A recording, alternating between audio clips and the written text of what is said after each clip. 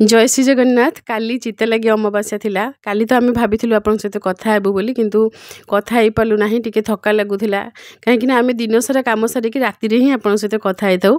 थका लगुला से कथा हो पार नु। आपन को कही कि गोटे खुशी कथा कहबू। आम घर को जड़े नुआ अतिथि आसी जहाँ को आपण मैंने खोजुले। ये देखिए आप जापे ये किए आमर बरदान बाबा आसिक पहुँची जाइए। दीदी आसी बाबांकर श्राद्ध से समस्ते आसी पहुँची जाइए। बरदान बाबा ये डाइनिंग टेबुल पर बसिक पांपड़ खाऊँ। दादांकर भी एमती पांपड़ बहुत प्रिय, और बरदान बाबांकर भी पांपड़ प्रिय। छोट पिला मानकु देखिले आमको बहुत खुशी लगे। आपण माने जो माने कमेंट सब बेले रेगुलाली कमेंट करती, आपण मान कमेंट रु आमे जानि पारु कि आपण को भी छोट छुआ बहुत भल लगती। सेथि पई आमे बरदान बाबा विषय आपण को कहबू बोली लिखिथिलु कि खुशी कथा। आपण कहूतिले कि दीदी टे तांको वीडियो देखांतु। सेठी बेंगलोर रे थिबा समय रे केही वीडियो शूट करी फोटो उठे कि पठेबा पई सेमिति सुविधा हुए नाही, किंतु घर को हमर ओडिसा आसिले आमे तांकर फोटो वीडियो आपण सहित शेयर करि पारु। एबे निज हाथ रे खाउचंदी, छोट छोट चिप्स पांपड़ ये सब धरे देले हाथ रे खाउचंदी। ये हमर ऑफिस स्टाफ दीदी सहित आसी ना उमर।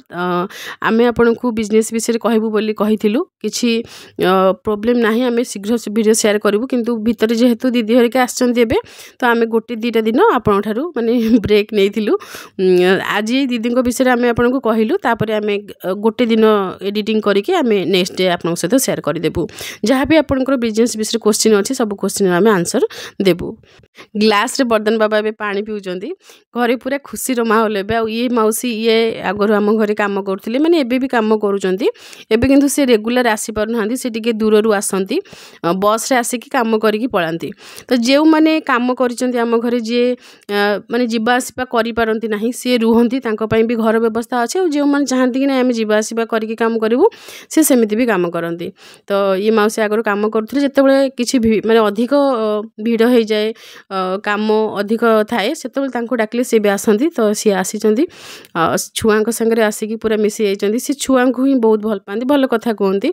तो देखाई बहुत दिन पर, तो पुराणा कथा सब कथा होती। सबुठ अधिक खुशी लगुच बरदान बाबा को देखिकी। बहुत गुड़ी एक्टिविटी यही टाइम छुआ मानकर बहुत भल लगे, जमती कि लाज करवा, दुई हाथ में माने मुह लुचे कि लाज करा तापर हसवा भी अलग प्रकार हस, केतबेले खाली स्माइल आउ केतबेले पूरा बड़ पार्टी करी पूरा हस, पूरा हे हे हस, पूरा बेसी मन खुशी हो गले पूरा हे हे हस। ता सहित सबुठ इंटरेस्टिंग आमे भी आपन शूट करके देखैजु। सी गेल्हा करूचंदी, माने आनी को ही बेसी गेल्हा करूचंदी। माने आनीर मुंड को तल को नहीं जाई नुआई देई थापुड़ी देउचंदी। आपन देखिबु आगो को वीडियो रे। आनियंस को कथा आ कौन कहबू, आपन तो देखिकी जानि पारथिबे। आनियंस पूरा पागल हो जाइचंदी। सी जेबे ठार जानले कि आसीबे बरदान बाबा, आसीबे दीदी आसीबे, दीदी कि किए आसंतु तांकर एते फरक पड़ेनी, कि बरदान आसीबे कथा सुनले माने से पूरा पागल। तो दी जन जाक कहउचंदी कि हमको पाठ पढ़ा पढ़ी कथा कहनी, आमे खाली बरदान संगे लागिबू। माने सी केमती खाइब से देखंतु एठी गेला गेला कराउची, माने मुंड को टाणिकी नेकी कोल रे सुआई हाथ रे थापुड़ी दउची। माने एते मजा लगुची देखिकी, पूरा जमती गोटे माँ जमती छुआ को गेला करे, ठीक से एमिति आम घरे समस्ते कहती। माने आमर बाबा डेथ पर ही बरदान बाबा आमर माने कनसीव कले दीदींकर। तो आमे सेति कहू कि सी ही होउचंदी आमर बाबा। तो से आनी को आम कहलु कि सी जेजे तोर। तो आनी से माने से दी जन को बॉन्डिंग बहुत भल। से दी जन को माने आनी को सी एत दिन है देखी नथिले, जमती आसिकी देखिले सांग सांग आनी पाख को जीवा, आनी को माने गेल्हा करवा, आनी पाखरे काख हेबा। तो यही बॉन्डिंग टा आनी और बाबा भितर थिला। तो से आमे आनी को कहू कि सी तोर जेजे, आ से तते एते गेल्हा करूचंदी। ये हस हो मुंडे नाई नाई। तो यही सब एक्टिविटी गुड़ाक आमको बहुत भल लगुच। आमर तो माने रोसई पाखरे मन लगुनी, बारंबार बारंबार आम पलि आसु पाखक। ये देखो आनी एमती मुंडे खाली एमती टिके टिके हाथ बाड़े देव, तापर सी बुझीजे कि नहीं मत गेल्हा करी। तो सांगे सांगे मुंड को टाणी कि नहीं कि यही जिनसा एत बढ़िया लगुच देखिले। ଇଏ ହେଉଛି ଭାଇ ଭଉଣୀମାନଙ୍କର ଭଲ ପାଇବା। ଛୋଟବେଳେ ସବୁ ଭାଇ ଭଉଣୀଙ୍କ ଭିତରେ ଏଇଭଳି ଭଲ ପାଇବା ଥାଏ। ସମୟକ୍ରମେ କିଛି ଲୋକ ବଦଳି ଯାଆନ୍ତି, କିଛି ଲୋକ ବଦଳନ୍ତି ନାହିଁ। ସେଇ ଭଲ ପାଇବା ତାଙ୍କର ଆଜୀବନ ରହିଥାଏ। ଆମର ତ ଆଜି ପର୍ଯ୍ୟନ୍ତ ଆମ ଭାଇ ସହିତ ସେଇଭଳି ସମ୍ପର୍କ। ଭାଇକୁ ଆମେ ତୁ କହିଥାଉ, ବଡ଼ ଭାଇ ହେଲେ ବି। ତ ଭାଇ ଆମକୁ ବହୁତ ଭଲ ପାଏ, ଆଉ ଆମେ ବି ଭାଇକୁ ଟିକେ ଯାହା କଥା ହୁଏ, ଭାଇର ମୋର ଅଲଗା କଥାବାର୍ତ୍ତା, ଆମେ ସବୁ କଥା ସେୟାର କରାକରି, କିଛି ବି ପ୍ରୋବ୍ଲେମ୍ ହେଲେ ହେଲ୍ପ କରିବା। ଯେଉଁ କଥା ଅନ୍ୟକୁ ନ କହି ହୁଏ ସେ କଥା ଭାଇକୁ କହି ହୁଏ। ଆନିୟନ୍ସ ଦୁଇ ଜଣ ଯାକ ମିଶିକି ବରଦାନ ବାବାଙ୍କୁ ଏଠି ଥାପୁଡ଼ି ଦେଉଛନ୍ତି, ଶୁଆଉଛନ୍ତି। ବହୁତ ଖୁସି ଲାଗୁଛି ତିନି ଜଣଙ୍କୁ ଦେଖିକି। ଆଉ କାହାକୁ ଖୋଜୁନାହାନ୍ତି ସେମାନେ, କେହି ଦରକାର ନାହିଁ। ଖାଲି ଟିକେ କ'ଣ ଖାଇବା ପିଇବା ଜିନିଷ ହେଲେ ତାକୁ ଧରିକି ଏଠି ଦେଖନ୍ତୁ ଛଡ଼ାଛଡ଼ି ହେଉଛନ୍ତି। ମାନେ ସିଏ କହୁଛନ୍ତି କି ମୋର ଏଠି ରୁଷା ଆରମ୍ଭ ହେଇଗଲା। ସିଏ ଯେମିତି ଛଡ଼େଇ ନେଇଗଲେ ସାଙ୍ଗେ ସାଙ୍ଗେ ରୁଷା ଆରମ୍ଭ ହେଇଗଲା। ଆଉ ଅଂଶ ବି ନେଇକି ହାତରେ ଖାଇବାକୁ ଦେଲା ବେଳକୁ ସିଏ ଆଉ ପାଟି ଖୋଲୁନାହାନ୍ତି, ମାନେ ରୁଷିଛନ୍ତି ନା। ସେ ନେଇଗଲେ ମୋର, ମୁଁ ରୁଷିଛି ତ ମୁଁ କାହିଁକି ପାଟି ଖୋଲିବି। ତ ଏଇ ସମୟରେ ଏତେ ହସ ଲାଗୁଛି, ଏତେ ମଜା ଲାଗୁଥାଏ। ଆମେ ଖାଲି ଦୂରରେ ବସିକି ମାନେ ଏନ୍ଜୟ କରୁଛୁ ଏସବୁ ମୁମେଣ୍ଟକୁ ଦେଖିକି, ଆଉ ସୁଟ୍ ବି କରୁଛୁ କି ଏସବୁ ମେମୋରେବୁଲ୍ ହେଇକି ରହିବ। ଇଏ ହେଉଛି ପୁରା ରୁଷା ଲୁକ୍, ମାନେ ରୁଷିଲା ପରେ ସମୟରେ ଏମିତି ଲୁକ୍, ପୁରା କିଛି ହସ ନାହିଁ, କିଛି ନାହିଁ, ମୁହଁ ପୁରା ଏମିତି ଲଦା ହେଇକି ତଳକୁ ମୁହଁ।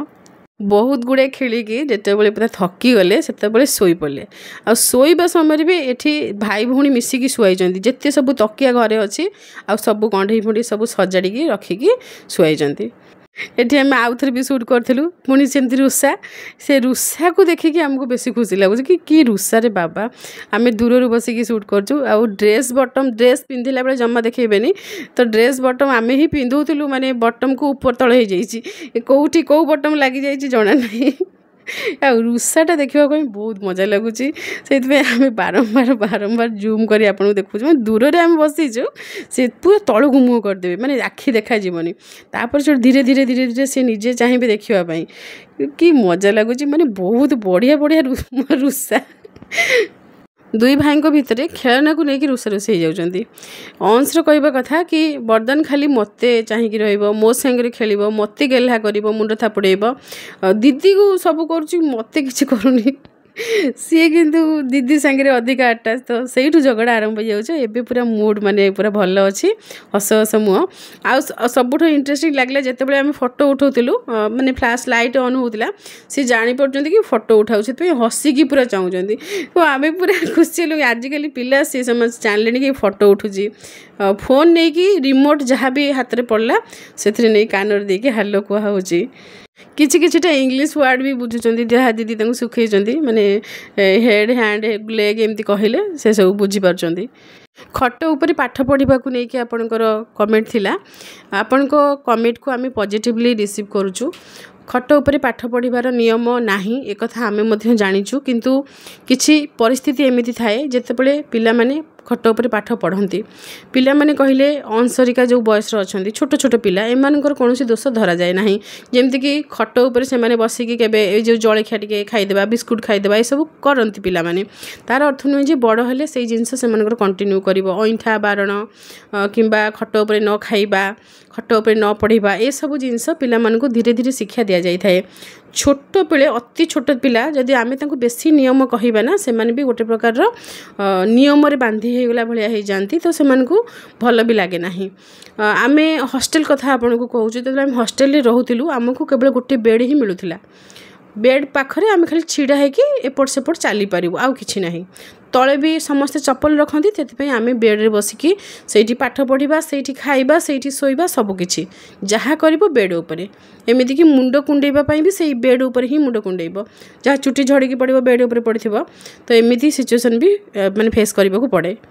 ନିୟମ ଶାସ୍ତ୍ର ସମସ୍ତଙ୍କୁ ଆମେ ବହୁତ ମାନୁ, କିନ୍ତୁ ପରିସ୍ଥିତି ଅନୁସାରେ ଆମକୁ ବେଳେବେଳେ ଖାପ ଖୁଆଇ ଚଳିବାକୁ ପଡ଼େ। ଯେଉଁମାନେ କଅଁଳ ବୟସର ଛୋଟ ପିଲା, ସେମାନଙ୍କୁ ବହୁତ ଗୁଡ଼ିଏ ନୀତି ନିୟମ ଦ୍ୱାରା ଆମେ ବାନ୍ଧିକି ତାଙ୍କୁ ଆମେ କଷ୍ଟ ଦେବାକୁ ଚାହିଁନଥାଉ। ସମୟ ଆସିବ ସେଇମାନେ ହିଁ ସେ ନିୟମକୁ ଖୁସିର ସହିତ ପାଳନ କରିବେ। बुधवार दिन राति दीदी पहुँचले आमे भाविलु कि राति रुटी पहुँचिकी खाइबे किंतु रुटी सांगरे जे मिक्स भेज आमे करथिलु किंतु दीदी कहले कि आमे बेंगलोर बहुत शीघ्र बाहर को पड़े कि सेठी ट्रैफिक अधिका फ्लाइट रे भी एमिति शांति रे खाई हेलानी तो भात भी ठीक से आमे भात खाई ही नांती तो आमे राति भात खाइबु तो भात डाली मिक्स भेज काकुड़ी पांपड़ टिके बस एतिकी टिके खाइथिले ता पर दिन चित्ता लगी अमावास्या दीदी को चितौ पिठा बहुत भल लागे आमे तो एमिति सब बेले घरे तैयारी करिकी माने घर आमर कहीं एते पिठा पिठा खाइबा को भल पांतिनी अंश आमे निजे आमे माँ पुओ दु जण पिठा खीरी आमको भारी प्रिय घिओ दही माने ठाकुरंको पई जहाँ भोग लागे से सब आमर प्रिय किंतु आनी आ आनी बाबा एमाने एते प्रिय नुहंती किंतु दीदी जेहेतु भल पांती आमे खुशी रे तैयारी करिलु चितौ पिठा फुलिबा पई नरम हेबा पई केवल गोटिए ट्रिक आपण जो जगार मापिकी चाउल नेबे बतुरा चाउल आपण चाउल को बतुरी देथिबे एठी देखंतु गोटे गिना आमे नेइचु गिना बा ताटिया बा बाउल